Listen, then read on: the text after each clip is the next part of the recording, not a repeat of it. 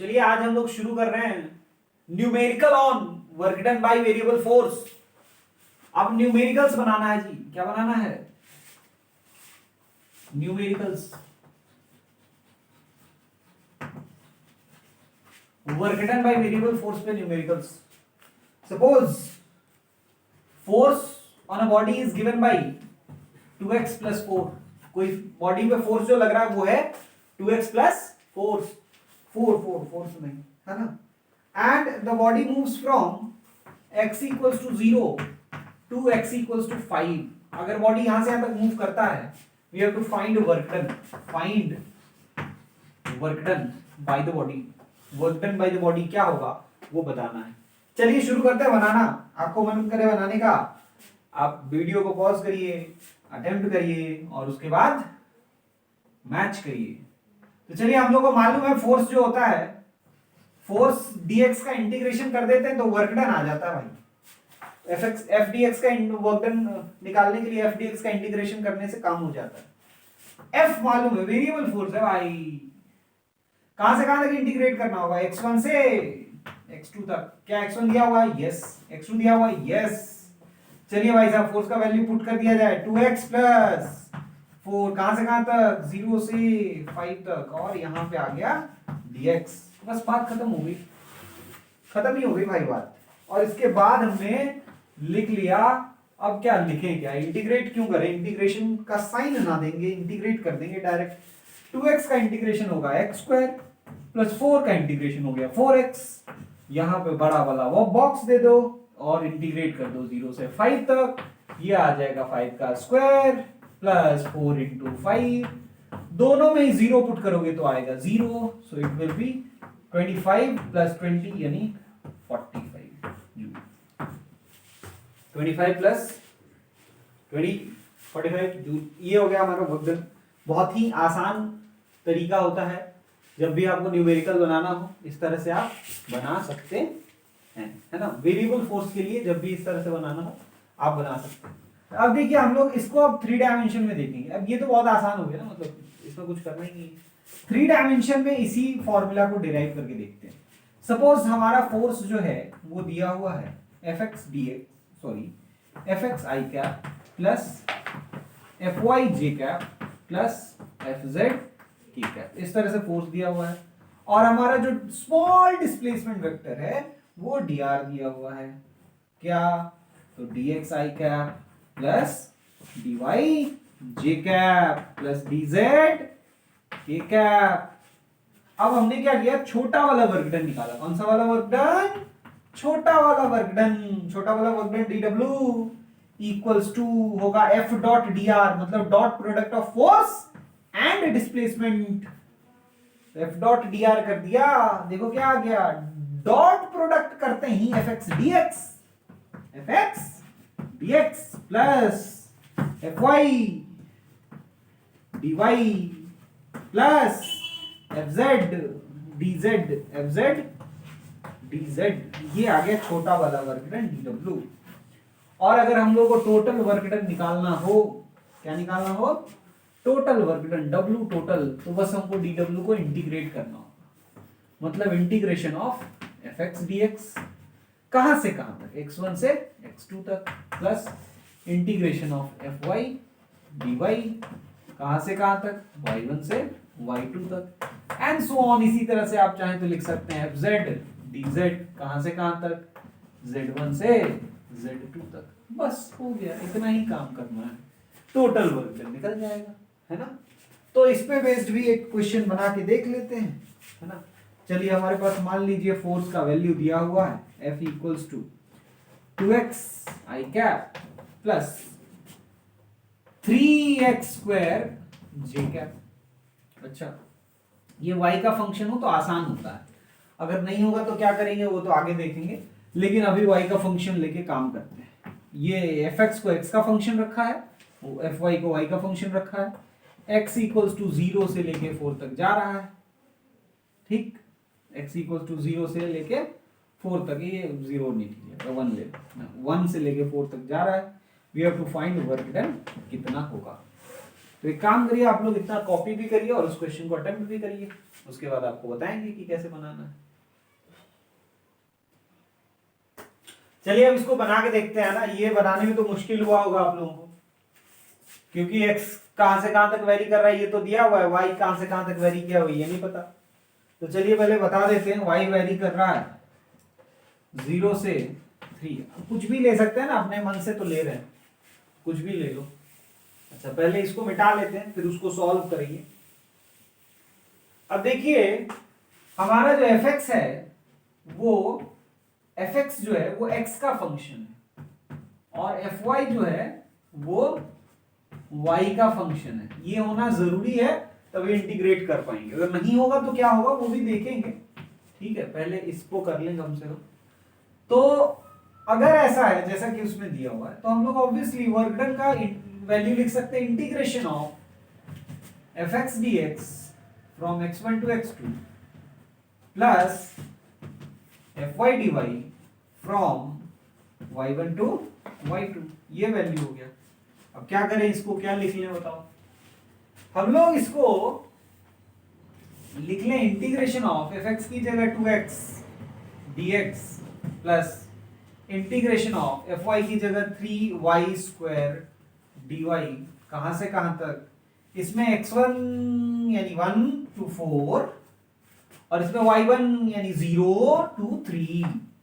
तो क्या आ जाएगा भाई साहब, 2x का इंटीग्रेशन x स्क्वायर कहां से कहां 1 से 4 प्लस y क्यूब है ना, इसका इंटीग्रेशन y क्यूब आ गया कहां से कहां 0 से 3। चलिए इसके वैल्यू को निकालिए। तो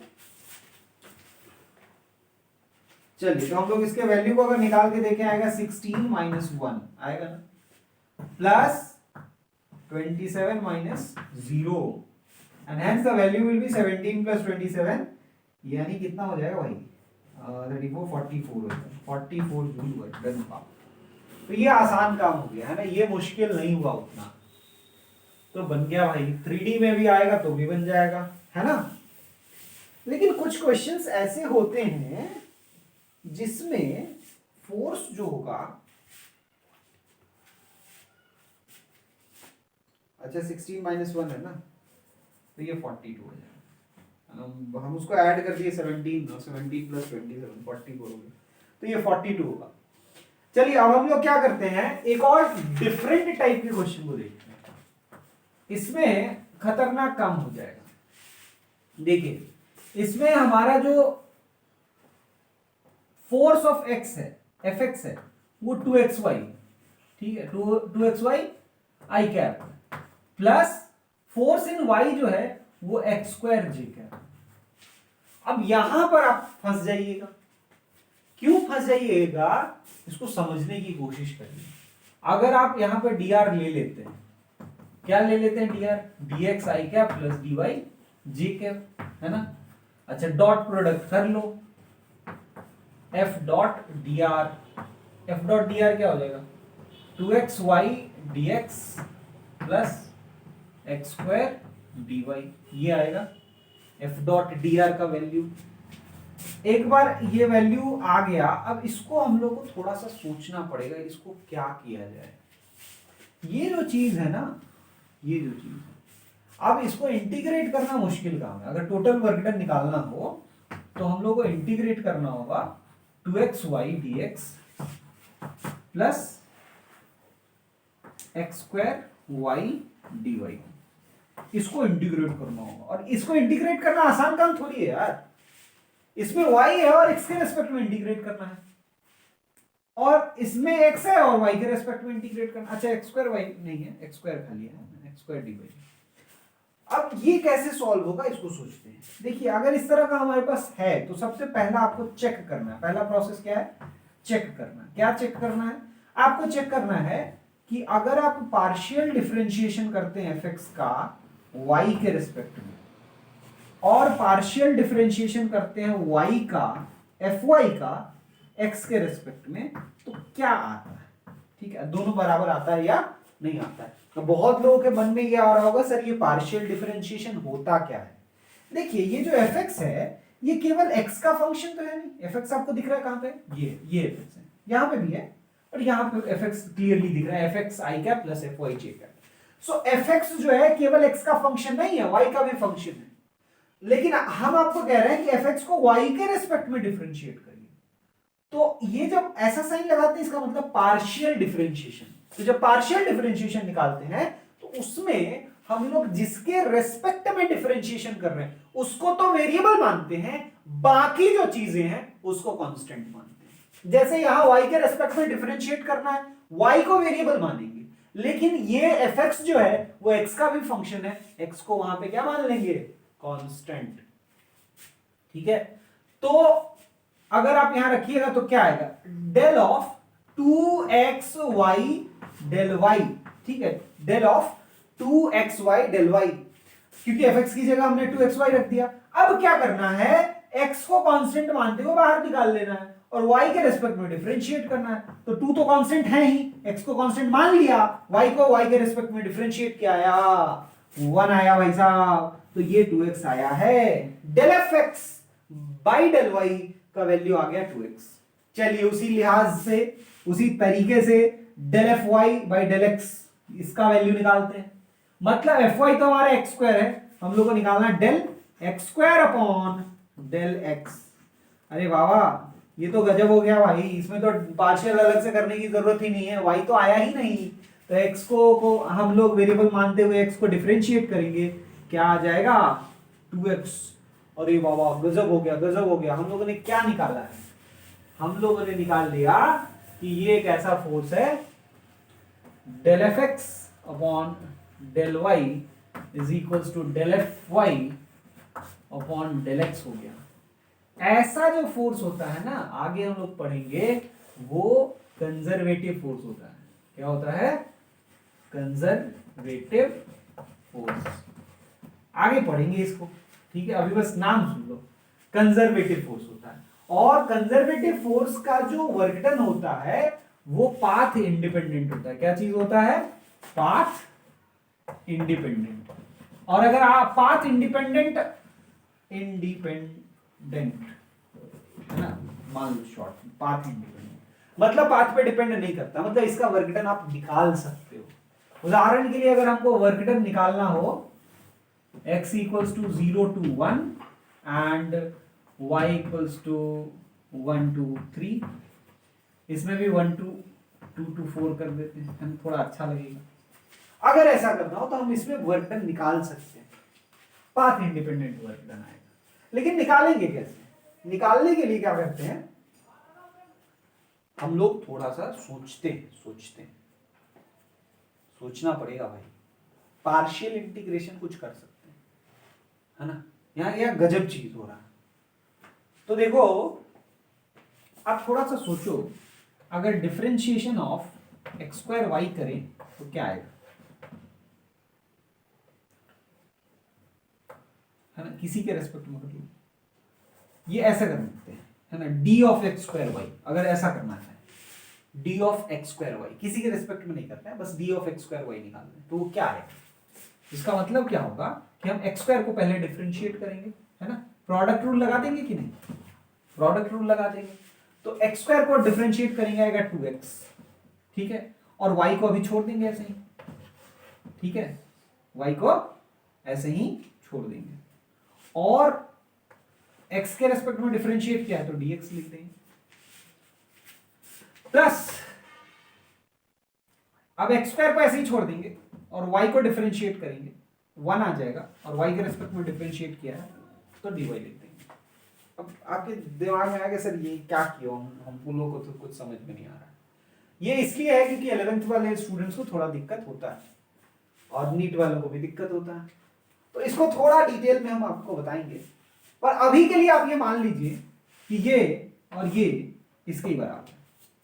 अगर ऐसा आप मान लेंगे तो आपको यहां पूरा परोसा हुआ चीज दिख रहा है, वही exactly x square d y 2xy dx है। तो आप इस पूरी चीज को क्या ये लिख पाएंगे, बिल्कुल लिख सकते हैं। तो आप क्या लिख लीजिएगा, देखिए आप लोग इसको अगले स्टेप में वर्क डन को, ये वर्क डन को हम लोग लिख लेंगे इंटीग्रेशन ऑफ इस पूरे चीज को, खाली ये लिख लेंगे dx²y। ठीक। अच्छा dx का इंटीग्रेशन क्या लिखते हैं बताइए? dx का इंटीग्रेशन का क्या लिखते हैं? x। तो dx²y का इंटीग्रेशन क्या लिखेंगे? x²y। तो इसका इंटीग्रेशन हो गया x²y। कहां से कहां तक? तो x के वैल्यू 2 से 4 तक और y का वैल्यू 1 से 3 तक। तो अगर उसको हम पुट करेंगे वैल्यूज को, यहां थोड़ा मिटा रहे हैं, ये तो आप लोग पहले ही लिख लिए। तो अगर हम पुट करेंगे, कहां से कहां तक ले जा रहे हैं? x²y को ले जा रहे हैं हम लोग x इक्वल्स टू 2 से, x इक्वल्स टू 2 और y इक्वल्स टू 1 से x इक्वल्स टू 4 और y इक्वल्स टू 3 तक। अब पुट कर दीजिए फाइनल लिमिट। 4 का स्क्वायर यानी 16 इंटू y यानी 3 माइनस x का स्क्वायर यानी 2 का स्क्वायर यानी 4 इंटू y यानी 1। 48 माइनस 4 यानी 44 जूल। ये आया वर्क डन। आया समझ में? अब ये 42 है ना, हम मुझे लगा कि दोनों का आंसर सेम ही आ गया क्या। तो देखिए ये आया आंसर। अब कुछ कुछ डाउट्स इस मन में रह गए हैं, उसको सॉल्व कर लेते हैं। तो देखिए dx²y अपॉन dt कर लीजिए, किसी के रेस्पेक्ट में डिफरेंशिएट कर लीजिए। आपको मैंने तो x के रेस्पेक्ट में कर लीजिए, कोई दिक्कत नहीं है ना। x के रेस्पेक्ट में ही कर लेते हैं, dx कर लेते हैं। तो क्या होगा? अब जब x के रेस्पेक्ट में आप डिफरेंशिएट करिएगा तो dx² अपॉन dx होगा, इंटू y रह जाएगा, y को आप ऐसे ही छोड़ेंगे, प्लस अब आप y के रेस्पेक्ट में x के रेस्पेक्ट में डिफरेंशिएट करिएगा, लेकिन x² को बाहर कर लीजिएगा और dy बाई dx ऐसा लिख लीजिए। लिखिएगा कि नहीं लिखिएगा? क्यों? y को आप डिफरेंशिएट कर रहे हैं ना, इसीलिए। अब देखिए सब में dx नीचे है, अगर थ्रू आउट dx से मल्टीप्लाई कर दें तो हम जो 4 है वो वैल्यू आपको मिल जाएगा। क्या मिल जाएगा? dx²y ये आ गया is equal to dx²y is equals to, अच्छा इसको डिफरेंशिएट करने से क्या मिलेगा होते हैं? 2x है ना, 2x मिल जाएगा। लेकिन तब तो यहाँ का dx खत्म हो गया ना, क्योंकि इस पूरे का वैल्यू हमने 2x लिख दिया इंटू y लिख दिया। अब dx थ्रू आउट मल्टीप्लाई कर रहे हैं तो इसमें मल्टीप्लाई होगा कि नहीं होगा? होगा। प्लस इसमें जब dx मल्टीप्लाई होगा तो ये dx कैंसिल हो जाएगा और ये बन जाएगा x² इंटू dy। तो ये चीज हमारा जो हमने आपको वहां पे लिख के बताया था, जिनका मैथमेटिक्स अच्छा है वो डायरेक्टली लिख सकते हैं, नहीं मैथ्स उतना अच्छा है तो आप इस तरह से करके निकाल सकते हैं।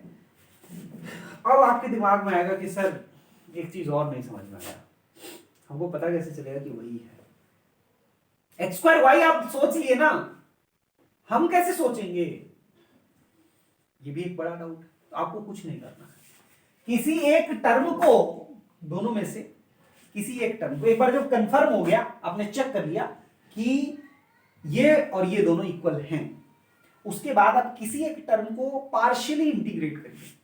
पार्शियली इंटीग्रेट बिल्कुल वही तरीका है जैसे यहां x के रेस्पेक्ट में इंटीग्रेट कर रहे हैं, y को आप कांस्टेंट मान लीजिए, 2y बाहर चला जाएगा और x dx बच गया। x dx का इंटीग्रेशन क्या होगा? x²/2, और x²/2 है, बाहर 2 गया था, उस 2 से 2 कट जाएगा, आपको मिल जाएगा x² इंटू y। मिल जाएगा कि नहीं? वही वो नंबर। आप चाहे तो यहां भी पार्शियली इंटीग्रेट करेंगे, वही आएगा। y के रेस्पेक्ट में इंटीग्रेट कर रहे हैं, y के रेस्पेक्ट में इंटीग्रेट कर रहे हैं, x² को बाहर निकाल लीजिए, dy का इंटीग्रेशन y हो जाएगा और आपको फिर से मिल जाएगा x² इंटू y। तो ये नंबर कैसे सोचे हैं वो सोचना आपको बता दिए, और फिर इसको कैसे लिखना है वो भी सिखा दिए, और फाइनली आंसर कैसे निकालना है वो भी समझ में आ गया। जल्दी से इसको कॉपी कर लीजिए। चलिए, तो इतना आई थिंक आप लोगों को समझ में आ गया हो, है ना? पक्का समझ में आ गया हो।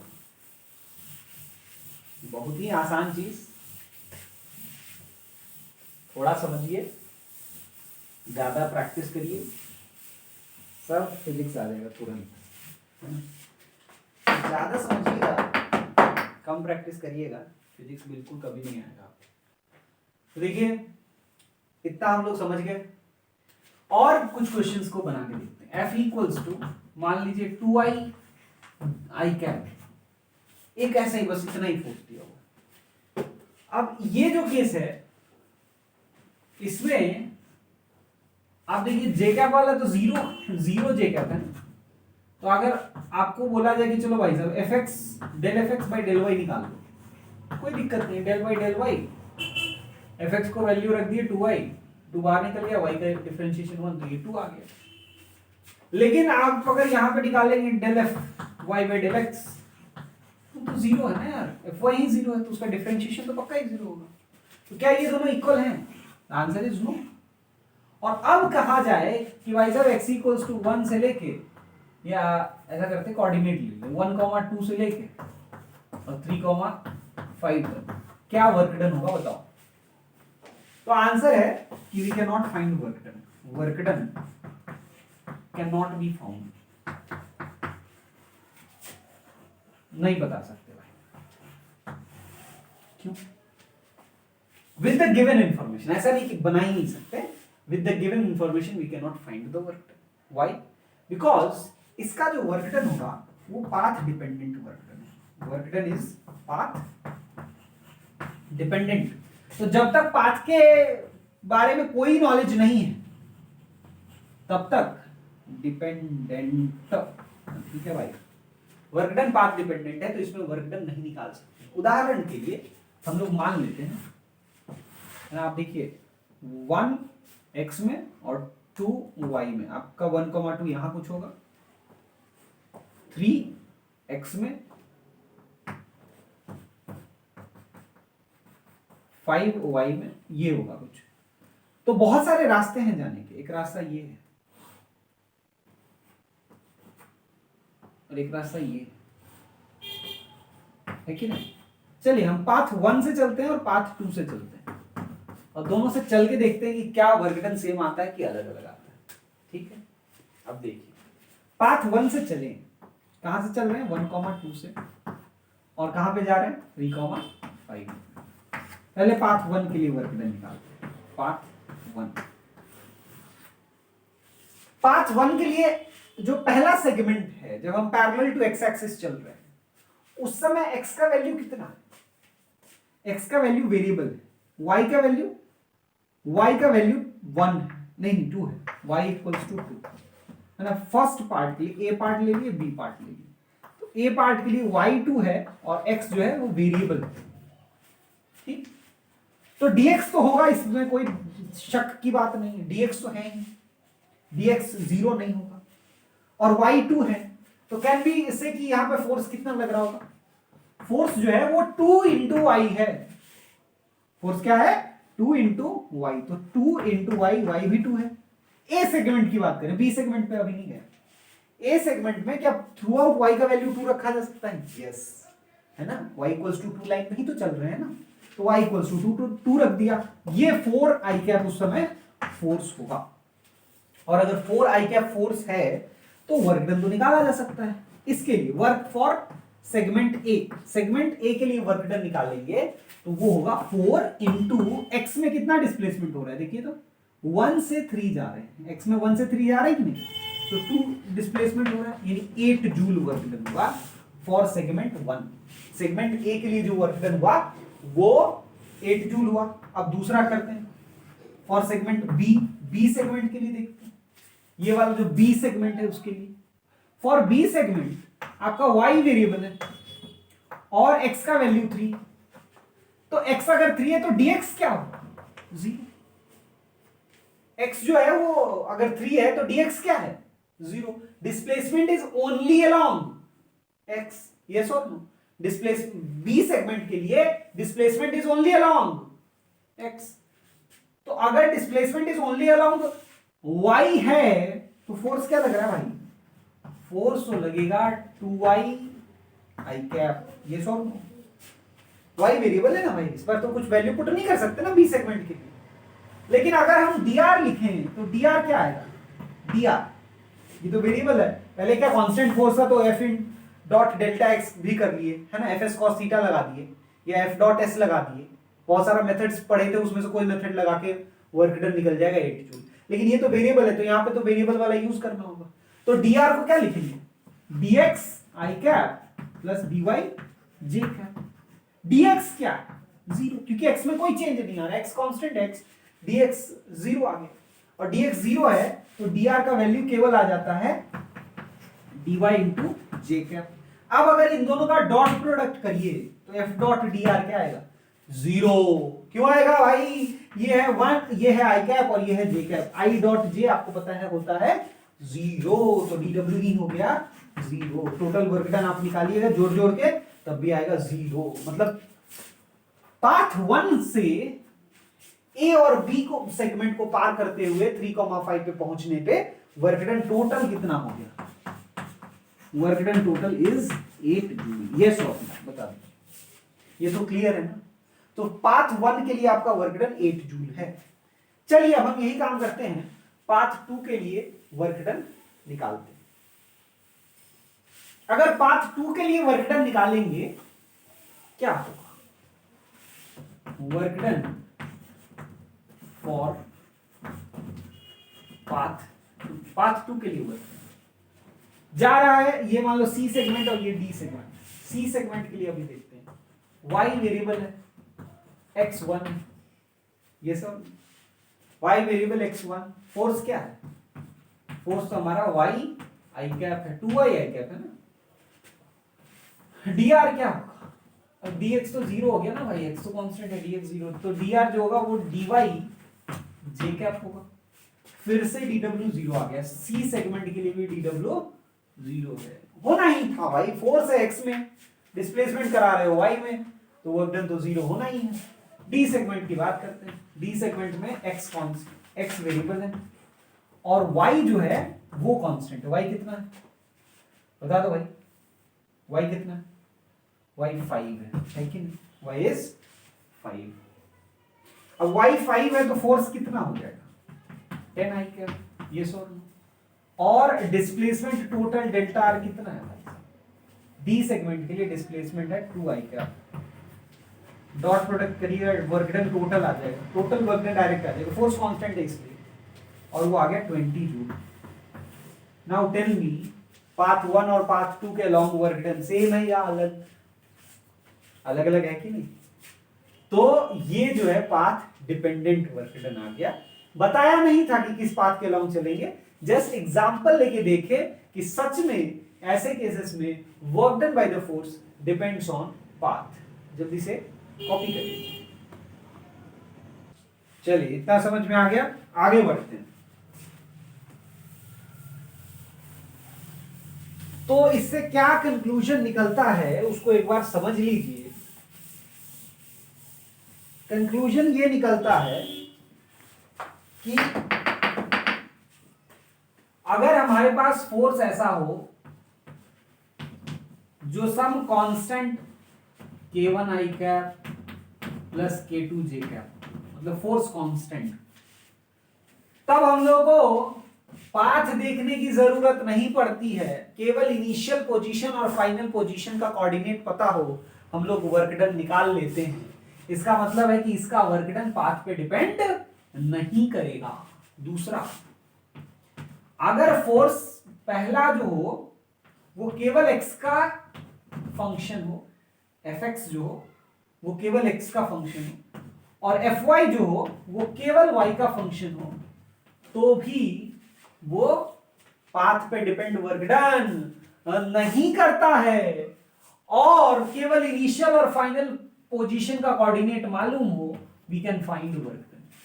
तीसरा केस है f अगर fx xy का भी फंक्शन और खुद fy भी x और y दोनों का फंक्शन हो, या केवल एक का भी फंक्शन हो, इस तरह से कि वो परफेक्ट डिफरेंशियल बन जाए। क्या बन जाए, परफेक्ट डिफरेंशियल।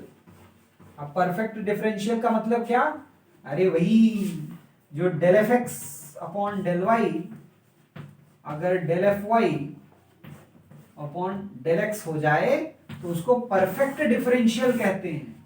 तो परफेक्ट डिफरेंशियल अगर हो जाए तो भी वर्क डन पाथ पे डिपेंड नहीं करता है, केवल इनिशियल और फाइनल पोजीशन के कोऑर्डिनेट मालूम हो वर्क डन निकाला जा सकता है।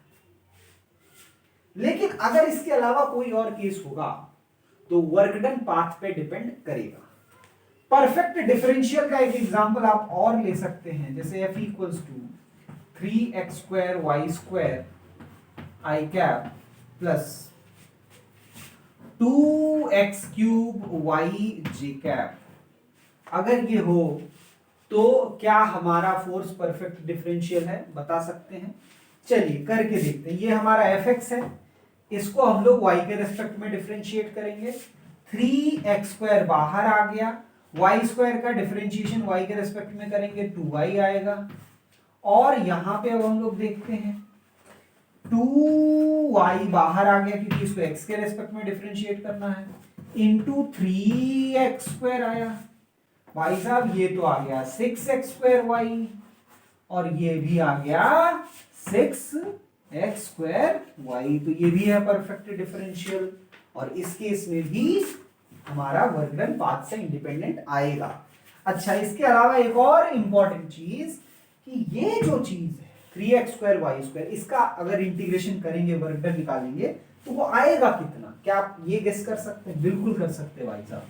3y स्क्वायर तो कॉमन ले लो, कांस्टेंट है, इसको x के रेस्पेक्ट में पार्शियल इंटीग्रेट कर दो, तो 3y स्क्वायर बाहर आ गया, x स्क्वायर है, x स्क्वायर को अगर x के रेस्पेक्ट में इंटीग्रेट करेंगे आएगा x क्यूब y, 3 और ये कट गया, तो ये हो गया x क्यूब y स्क्वायर।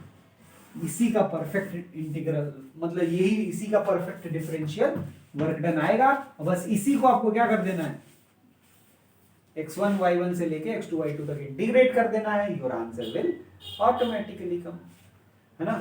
तो जल्दी से इसको कॉपी कर लीजिए, लिख लीजिए। चलिए अब और आगे बढ़ते हैं और कुछ और वैरायटी ऑफ क्वेश्चंस को बनाते हैं।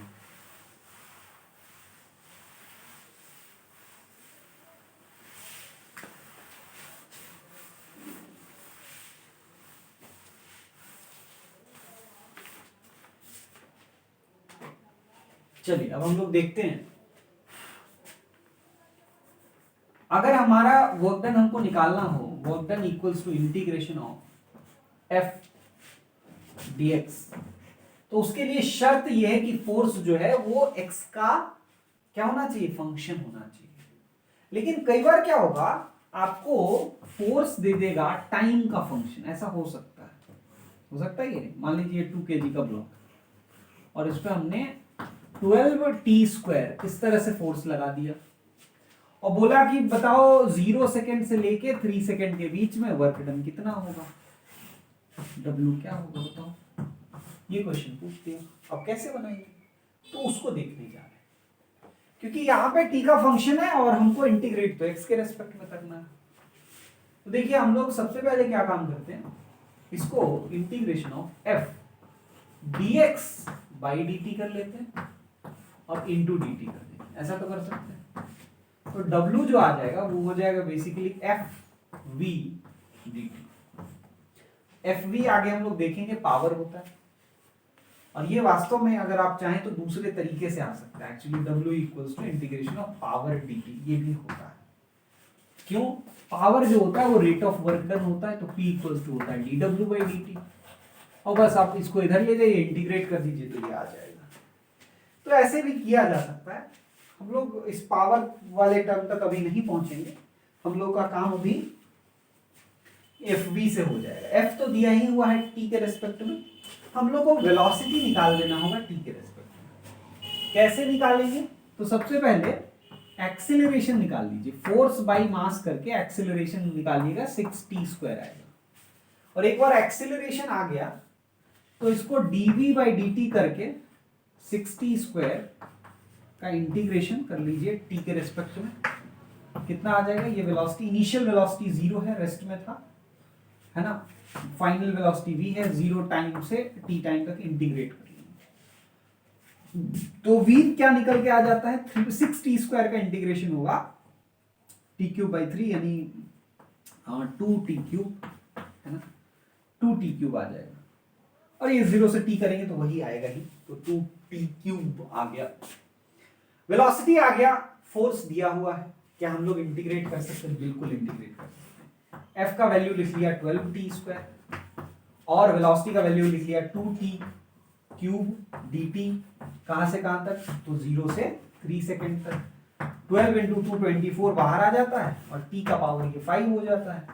t का पावर 5 dt का इंटीग्रेशन फ्रॉम 0 to 3 और बस t टू द पावर 5 का इंटीग्रेशन आपको मालूम है t का पावर 6 होता है, तो 24 इंटू t का पावर 6। कहां से कहां तक? 0 से 3 तक। अब ये पुट कर लो यार खुद से। 3 का पावर 6 माइनस 0 आएगा, है ना। बहुत बड़ा कैलकुलेशन हो गया, लेकिन आप बनता तो ऐसे ही है ना। 3 का पावर 6 माइनस 0, कैलकुलेशन खुद से करिए। तो इस तरह से अगर हमारा फोर्स का जो फोर्स फंक्शन हो टाइम का, तो हम लोग इस तरह से क्वेश्चंस को सॉल्व करते हैं। आगे हम लोग एक और चीज देखेंगे, दूसरा वर्क एनर्जी थ्योरम से भी इस क्वेश्चन को बनाया जा सकता है। तो वो कैसे बनाएंगे वो हम लोग आगे क्वेश्चंस में देखेंगे। इसको कॉपी कर लीजिए। आई होप आपको इतना समझ में आ गया होगा। आगे बढ़ते हैं। अब हम लोग वर्क निकालने के जो अलग अलग प्रोसेस हैं उसको हमने देख लिया। ग्राफिकल कुछ और बाकी है। ग्राफिकल कॉन्सेप्ट को अगले दिन हम लोग डिस्कस करेंगे थोड़ा। उससे पहले वर्क के कुछ और इंपॉर्टेंट जो प्रॉपर्टीज हैं उसको समझिए। वर्क, कई बार रीजनिंग में इस तरह से क्वेश्चंस पूछा जा सकता है कि work done bye a force depends on reference frame, yes और नो। अब देखिए वर्क डन जो होता है वो होता है force into displacement into cos theta, yes और नो। अब देखिए फोर्स तो रेफरेंस फ्रेम पे डिपेंड नहीं करता है टिल द टाइम कि वो सूडो फोर्स ना हो। All the real forces depend only on how much force is applied, that's it. It does not depend on observer. Observer पे डिपेंड नहीं करता है। लेकिन हमको मालूम है कि displacement depends on observer. Observer पे डिपेंड करता है भाई। एक ऑब्जेक्ट हो सकता है कि एक ऑब्जर्वर के रेस्पेक्ट में मूव ही ना करे, और हो सकता है कि एक के रेस्पेक्ट में खूब तेजी से दौड़ रहा।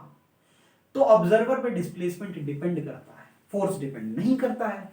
तो एज अ होल जब प्रोडक्ट करेंगे तो बताओ वर्क डन डिपेंड करेगा कि नहीं? Yes, it depends on observer. Observer पे ये डिपेंड कर जाएगा। It depends on observer, observer पे डिपेंड कर जाएगा, ठीक है। And hence it depends on reference frame also. दूसरा चीज ये होता है कि जनरली जब आप देखिएगा इस तरह का एक शेप में ब्लॉक हो, मतलब कुछ भी इस तरह का हो, और ये बॉडी मूव कर रहा हो, so what is the work done by normal reaction? Work done by normal reaction in this case is zero, क्योंकि नॉर्मल रिएक्शन ऐसे होगा और डिस्प्लेसमेंट हमेशा ऐसा होगा। तो डिस्प्लेसमेंट इस तरह से होगा तो हमेशा नॉर्मल जीरो वर्क डन करेगा। नॉर्मल ऐसे और डिस्प्लेसमेंट ऐसे, क्यों? दोनों के बीच में हमेशा एंगल 90 डिग्री बनेगा, ठीक है। लेकिन इससे बच्चों के मन में ये कंफ्यूजन आ जाता है कि क्या work done by all the bodies always, work done by the normal reaction on all the bodies is always zero? No, ऐसा जरूरी नहीं है। उदाहरण के लिए आपको हम बताते हैं एक एग्जाम। मान लीजिए कि ये हमने ऐसे रख दिया, ये कैपिटल एम है, हमने कुछ फोर्स लगाना शुरू किया, और अब ये पूछा जाए कि भाई ये दोनों साथ साथ जा सकते हैं, जा सकते हैं कि नहीं? बिल्कुल जा सकते हैं। अगर स्मूथ भी हो तो a equals to g tan theta अगर आप रखते हैं इतना एक्सेलरेशन के लिए, ये दोनों साथ साथ जाता है। तो अगर साथ साथ जा रहा है तो बताइए इसका एक्सेलरेशन किधर हो रहा है? इसका एक्सेलरेशन, इस स्मॉल m का एक्सेलरेशन इधर हो रहा है, और डिस्प्लेसमेंट भी इधर हो रहा है, क्योंकि साथ साथ जा रहा है तो नीचे तो गिर नहीं रहा। तो डिस्प्लेसमेंट इस डायरेक्शन में है, और नॉर्मल है, इस पे जो लगने वाला नॉर्मल है वो ऐसे लग रहा होगा कि नहीं? तो नॉर्मल और डिस्प्लेसमेंट में क्या अब 0 डिग्री एंगल है? सॉरी 90 डिग्री एंगल है? नहीं है। तो क्या वर्क डन बाय नॉर्मल इस केस में 0 होगा? नहीं। तो work done by normal reaction हमेशा 0 नहीं होता है। आप इसमें वर्क डन निकाल सकते हैं। तो ये कुछ इंपॉर्टेंट कॉन्सेप्ट्स है वर्क के बारे में, हम लोग आगे के क्लास में देखेंगे कि work done bye graph method कैसे निकालते हैं, और कुछ और इंपॉर्टेंट कॉन्सेप्ट को डिस्कस करके एनर्जी पढ़ेंगे।